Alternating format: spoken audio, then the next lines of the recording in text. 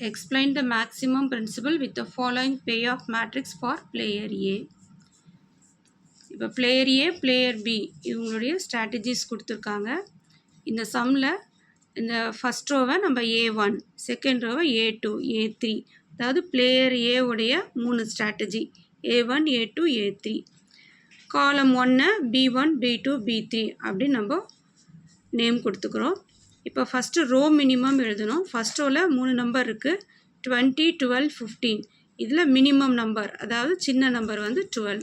Second ரோவில் 11, 10, 12 இருக்குது. இதில் minimum number is 10.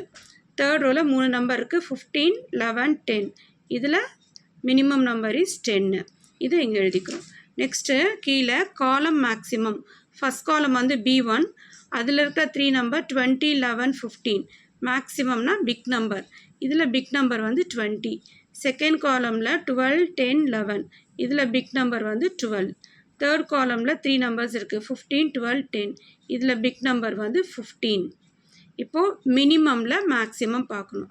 இந்த ரோ மினிமமில் 3 நம்பர் இருக்குது, 12, 10, 10.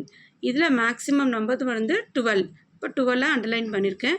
அதே மாதிரி காலம் மேக்ஸிமமில் 3 நம்பர் நம்ம கண்டுபிடிச்சோம், 20, 12, 15. இதில் மினிமம் நம்பர் வந்து 12. இதை அண்டர்லைன் பண்ணணும்.